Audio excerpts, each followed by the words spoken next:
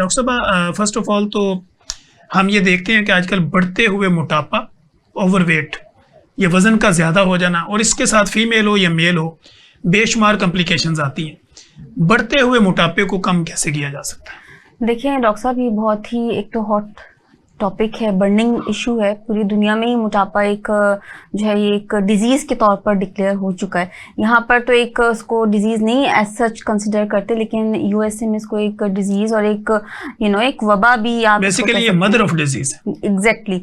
और ये metabolic disease का समझे कि फादर है, मदर है, और यहीं से सारी फिर जनरेट होती हैं अदर डिजीज। अब मोटापा, वही मैंने आपको कहा कि आपका अगर लाइफस्टाइल जो है वो पुअर है, आप न्यूट्रिशन नहीं कंज्यूम करते, आप जंक फूड लेते हैं, और जंक फूड जो है हाई कैलोरी फूड होता है जिसमें न्यूट्रिशन कम होती है, सिर्फ कैलोरीज मिलती हैं आपको जो डेली की रिक्वायरमेंट होती है प्रोटीन की और फैट्स की, कार्बोहाइड्रेट की, उसकी जगह आप सिर्फ हाई कैलोरी कार्ब सिर्फ ले रहे होते हो और खासकर सिंपल शुगर्स ले रहे होते हैं, जिससे आपका इंसुलिन रेजिस्टेंस डेवलप होता है। आप प्री डायबिटिक जोन में जाते हैं, प्री डायबिटिक हो जाते हैं तो फिर आप कभी भी डायबिटिक जोन में एंटर हो सकते हैं, और ये इंसुलिन रेजिस्टेंस फीमेल के अंदर पीसीओएस डी डेवलप करती है। ये इंसुलिन रेजिस्टेंस आपको जब प्री डायबिटिक जोन में लेके जाती है तो आपके ट्राइग्लिसराइड्स भी इंक्रीज होते हैं। फिर आप जो जंक फूड ले रहे होते हैं, पुअर आप बैड क्वालिटी का फैट कंज्यूम कर रहे होते हैं, तो वो आपका डिस्लिपिडीमिया भी करता है, आपका कोलेस्ट्रॉल भी हाई होता है, आपका एलडीएल भी हाई होता है। आप गुड फैट नहीं लेते तो आपका एचडीएल लो होता है, और ट्राइग्लिसराइड एचडीएल का जो रेशियो है वो आपका 1.5 से अबव जाता है, जो कि आपको फिर जो है कार्डियो डिजीज कॉज कर सकता है। फिर इसके अलावा आपका जब वेट बढ़ना शुरू होता है तो स्ट्रेस जो है वो भी बढ़ता है उसके साथ साथ, और जब विसरल फैट खास करके स्टमक और बेली साइड का फैट जब बढ़ता है तो वो सारा का सारा कॉर्टिसोल जो कि स्ट्रेस हार्मोन है उसके इंक्रीज होने से बढ़ता है। और जब आपका कॉर्टिसोल बढ़ रहा होता है और स्ट्रेस अनकंट्रोल हो रहा होता है और स्ट्रेस भी बढ़ रहा होता है, एंजाइटियाँ बढ़ रही होती हैं, तो फिर आपका जो लाइफस्टाइल है ना और पुअर से पुअर होता जाता है, क्योंकि आप वो सीडेंटरी स्टाइल में चले जाते हैं। जब आपको स्ट्रेस होता है आप हेल्दी लाइफस्टाइल की तरफ भी नहीं एकदम से आ रहे होते, उसके लिए भी आपको एक काउंसलिंग की जरूरत होती है, साइकोलॉजिकल काउंसलिंग, न्यूट्रिशनल काउंसलिंग, कि आप जो पुअर ईटिंग कर रहे हैं उस पर आपने बिग क्रॉस लगाने हैं। यानी आप जो शुगर ले रहे हैं, जो हाई फ्रक्टोज कंटेंट ले रहे हैं, जो आप bad quality of fat consume कर रहे हैं जिसमें पर एसिड ज्यादा हैं, जिसमें जो कि सैचुरेटेड फैट है, ट्रांस फैट्स हैं, बेकरी प्रोडक्ट्स आप ले रहे हैं, आप कोल्ड ड्रिंक्स ले रहे हैं, कोला ड्रिंक्स ले रहे हैं, तो ये सारा जंक फूड है। ये सिर्फ हाई कैलोरी है, सिर्फ समझे एक फैशन है और एक ट्रेंड है जो कि आप कि टर्माइट की तरह आपकी जो हेल्थ है उसको खा जाता है और आप जो है डिफरेंट डिजीज का शिकार हो जाते हैं। तो ये जो मोटापे का असल रीज़न है वो जंक फूड का कल्चर है हमारे यहाँ, और ये अनफॉर्चुनेटली एक इम्प्लांट हुआ है कि जो आपने बाहर मुल्कों से जो डेवलप कंट्रीज हैं वहाँ से ले लिया है, वो लोग अब अगेन ऑर्गेनिक हेल्थियर लाइफस्टाइल की तरफ चले गए हैं, और हमारे यहाँ वही सिस्टम है कि लोगों ने इस कल्चर को फॉलो कर लिया है। जंक फूड के कल्चर को वो न्यूट्रिशन नहीं लेते, वो फिजिकल एक्टिविटी नहीं करते, फिजिकल एक्टिविटी कम हो गई है, खास करके कंप्यूटर और मोबाइल में ज़्यादा वक्त लगाते हैं, फिजिकली ना जिम जाते हैं ना कोई एक्टिविटी करते हैं, जिससे उनके डोपामीन, सेरोटोनिन के हैप्पीनेस के हार्मोन्स कम हो रहे हैं, स्ट्रेस के हार्मोन्स बढ़ रहे हैं, जिससे वो नाउमीदी का शिकार हैं, होपलेसनेस भी बढ़ रही है, मोटापा भी बढ़ रहा है, और बीमारियों के लिए डोर ओपन हुए हैं कि एक के बाद एक स्टार्ट हो जाती है। ठीक हो गया। अच्छा डॉक्टर साहब, जैसे कि हम बात कर रहे थे ओवरवेट के ऊपर, प्री डायबिटिक के ऊपर, डायबिटिक के ऊपर, बीइंग अ साइंटिस्ट आप ये क्या समझती हैं जब भी हम किसी पेशेंट को अपने क्लिनिकल ट्रायल में ये कहते हैं कि गंदम, चावल, चीनी का इस्तेमाल बंद कर दें या 70% अपनी लाइफ में कट लगा दें, तो वो पहला सवाल ये करता है कि डॉक्टर साहब अब मैं खाऊं क्या? तो आपकी नज़र में गंदम का मुतबादल क्या हो सकता है, चावल की रिप्लेसमेंट क्या हो सकती है, चीनी की रिप्लेसमेंट क्या हो सकती है? देखिए ये बहुत अच्छा आपने क्वेश्चन किया है कि जब आप उनको ये कहें कि ये चीज़ें बंद कर दो तो उनको सब्स्टिट्यूट आप क्या बताएं, तो ये एक न्यूट्रिशनिस्ट का काम है। और बीइंग अ क्लिनिकल न्यूट्रिशनिस्ट मैं ये कहती हूँ कि अगर आप गंदम की रोटी नहीं खाएं तो आपने लेनी है मल्टीग्रेन की रोटी, जिसमें गंदम की क्वांटिटी बहुत कम है, उसके अंदर ओट्स हैं, फाइबर, उसके अंदर भूसी से भी फाइबर लिया जाता है, ओट्स से भी फाइबर लिया जाता है, कुछ जो है जौ भी लिया जाता है उसमें, और कुछ पोर्शन जो है वो बाजरे का भी होता है। तो इन सब के फ्लोर से मिलाकर जो है वो आपका मल्टीग्रेन फ्लोर बनता है जिसमें वीट का कंटेंट जो है ना, वीट फ्लोर का कंटेंट काफी कम होता है। तो वो फ्लोर आप लें और उसकी आप चपाती और उसकी आप रोटी खाएं, तो मल्टीग्रेन की रोटी जो है एक सब्स्टिट्यूट हो गया। फिर चावल की जगह आप क्या लें, ब्राउन राइस आते हैं तो आप वो ले सकते हैं। अगर व्हाइट चावल लेने तो व्हाइट चावल का आप बॉईल करके उसका स्टार्च निकाल दें, क्योंकि स्टार्च भी जो है सारा शुगर होता है, उसने इवेंचुअली ग्लूकोज में ही ब्रेक डाउन होना होता है। तो आप ये लें। और मीठे की जगह जो है, शुगर की जगह आपने करना ये है कि आप स्टीविया लें। Stevia is a non sugar molecule but it is more sweeter than sugar. So अगर आपको बहुत क्रेविंग होती है तो फिर आप स्टीविया ले सकते हैं। वो एक पिंच आप ऐड करेंगे और your T become sweet, your any sweet dish become sweet. ठीक है। अच्छा डॉक्टर साहब, वो लोग जैसे कि हम मल्टीग्रेन आटे की बात कर रहे हैं, हमारी आबादी का अगर हम तनासब निकालें तो 70% जो पॉपुलेशन है वो अफोर्डिंग नहीं है, वो ये नहीं ले सकते, कि वो कहते हैं गंदम भी लेनी मुश्किल है तो हम मल्टीग्रेन कहाँ से इकट्ठा करते फिर, तो उनके लिए क्या हल है इसका? देखिए, प्रोटीन की साइड पर आए, प्रोटीन डाइट, चने का इस्तेमाल करें और बेसन का इस्तेमाल करें। अगर वो रोटी खाना भी चाहे तो रोटी किन कंडीशन के साथ खा सकते? मल्टीग्रेन को ज्यादा करें, उसमें भूसी का इस्तेमाल, फाइबर का इस्तेमाल करें। अगर मल्टीग्रेन नहीं है तो वो चक्की का आटा, अनछने आटे की रोटी ले सकते हैं। उसमें फाइबर, उसमें ब्रान होता है ना, फाइबर होता है, आप वो ले सकते हैं। यानी फाइबर का कंटेंट बढ़ाना है। फाइबर का कंटेंट बढ़ा दें, उसमें कुछ बेसन ऐड कर लें, चना जो है वो पीस कर बेसन की फॉर्म में ऐड कर लें या खुद चना पीस लें तो आप ऐड करें, तो उससे होगा कि चना भी जो है ना, चने का आटा जो होता है वो उसमें को कार्बोहाइड्रेट्स कम होते हैं, उसमें कम होते हैं कंपैरेटिव। जी, उसमें फाइबर ज्यादा होता है, उसमें प्रोटीन होता है, विटामिन होते हैं, बी विटामिन होते हैं, उसमें कार्ब कम होता है। जो वीट है उसमें कार्ब ज्यादा है। अच्छा, हमारे जो रूरल एरिया में रहने वाले लोग हैं, जो हमारे कॉलीग हैं, दोस्त हैं और हमारी आबादी का सबसे लविंग पोर्शन है, हमारे दिल के करीब है, वो अगर इन बातों को वो समझेंगे तो उनको तो मल्टीग्रेन आटा और इस तरह की चीजें वो बिल्कुल इससे दूर है। हम उनको अगर नॉर्मल दायरे में लाना चाहते हैं तो हम उनको क्या आसान फार्मूला दें कि आप गंदम नहीं भी छोड़ सकते, तो आप इसमें अनछना आटा यूज कर सकते हैं या इसमें इसबगोल ऐड कर सकते हैं, इसबगोल डालें और साथ सब्जियों की मकदार बढ़ा दें। सब्जियां डालें आप, उसके अंदर थोड़ा बाजरे का आटा आप डाल सकते हैं, जौ का आटा अवेलेबल है। जी हाँ, जौ का आटा आप डाल सकते हैं, बाजरे का आटा डाल सकते हैं, ओट्स मिल जाते हैं अब तो आराम से बाजार में, तो जहाँ गंदम होती है वहाँ वो भी एग्जैक्टली। तो वो आप ये सारी चीजें मिक्स करके अपनी रोटी बना सकते हैं, या बेसन की रोटी आप बना लें, उसमें थोड़ा बेसन है और थोड़ा सा जो है आपने वो ले। अच्छा डॉक्टर साहब, इसमें बेसन की बात करें, अब बदलते हुए मौसम के साथ मकई और साग, फिर बाजरे की बात आपने की, तो यहाँ पे मकई की रोटी और साग के ऊपर बेशुमार ऐसे सॉन्ग भी हैं, लोगों की मोटिवेशन भी है। जी जी। तो आज के इस दौर के अंदर अगर मोटापे वाला बंदा वो रोटी खाना चाहे मकई की और साग, तो क्या उसके लिए बेनिफिशियल है, हेल्पफुल है? अच्छा है, अच्छा, it's enrich with vitamins, enrich with ये तो स्पेनिश, तो उसमें तो एंटीऑक्सीडेंट है, विटामिन ई अच्छा होता है, आपकी बोन्स के लिए, जॉइंट्स के लिए बहुत अच्छा होता है,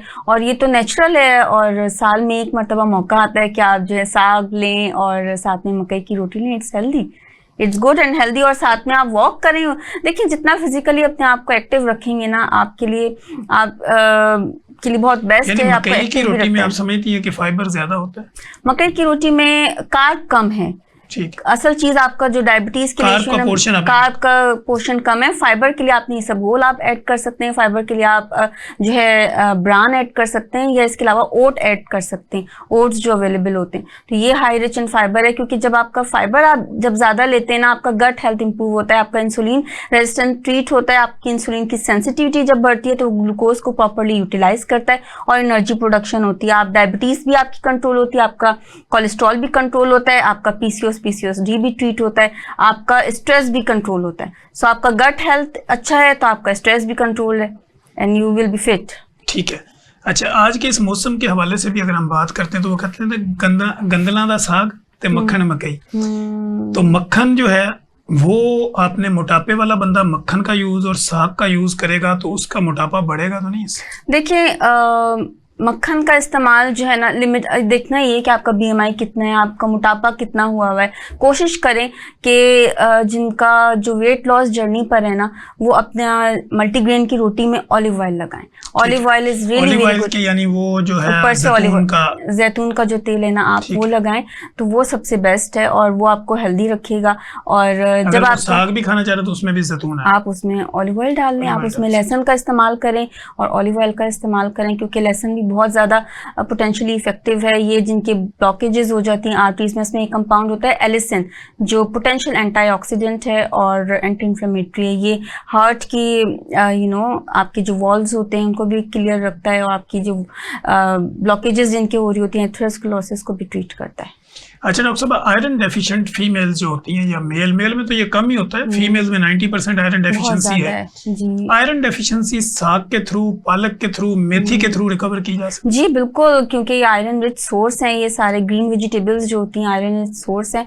और हमारे यहाँ पाकिस्तान में अनफॉर्चुनेटली 80 to 85% जो है वो फीमेल्स और चिल्ड्रंस आयरन डेफिशिएंट हैं, खास करके प्रेग्नेंट फीमेल्स जो हैं। और जो सप्लीमेंट होते हैं वो देखें इमरजेंसी ट्रीटमेंट के लिए होते हैं, और उनके कहीं ना कहीं कोई ना कोई एडवर्स इफेक्ट भी होते हैं, इमीडिएटली वो आपकी बॉडी उसको एक्सेप्ट नहीं कर रही होती। लेकिन ये तो नेचुरल है, आप अगर ग्रीन वेजिटेबल्स लेते हैं तो आपकी आयरन डेफिशिएंसी कोप अप होती है। साथ में एप्पल का इस्तेमाल आपको आयरन डेफिशिएंसी से बचाता है, और इसके अलावा आप डेट्स का इस्तेमाल, डेट्स भी इनरिच होते हैं आयरन में, तो आप ऐसी चीज़ें कंज्यूम करें जो आयरन रिच डाइट है। कलेजी का इस्तेमाल, रेड मीट का इस्तेमाल, इट्स गुड। अच्छा डॉक्टर साहब, आजकल चूंकि विटामिन डी के ऊपर अगर हम बात करें तो विटामिन डी के ऊपर आपकी गिरफ्त भी काफ़ी मजबूत है, और विटामिन डी डेफिशिएंसी भी 90% लोगों के अंदर है जी। क्योंकि सन एक्सपोजर कम होने की वजह से लोगों में विटामिन डी डेफिशिएंसी है। विटामिन डी डेफिशिएंसी को किस तरह डाइट के जरिए कवर किया जा सकता है? ये देखें बहुत ही इंपॉर्टेंट क्वेश्चन है। WHO इज इकोइंग लाउडली कि पाकिस्तान में अनफॉर्चुनेटली 2023 में जो विटामिन डी की हाई प्रेवलेंस है, विटामिन डी डेफिशिएंसी की, वो आयरन डेफिशिएंसी को भी सरपास कर गई है। क्योंकि 2023 तक जो है पाकिस्तान में सबसे ज़्यादा आयरन डेफिशिएंसी होती थी, मगर इस वक्त जो है विटामिन डी की डेफिशिएंसी सबसे ज़्यादा है।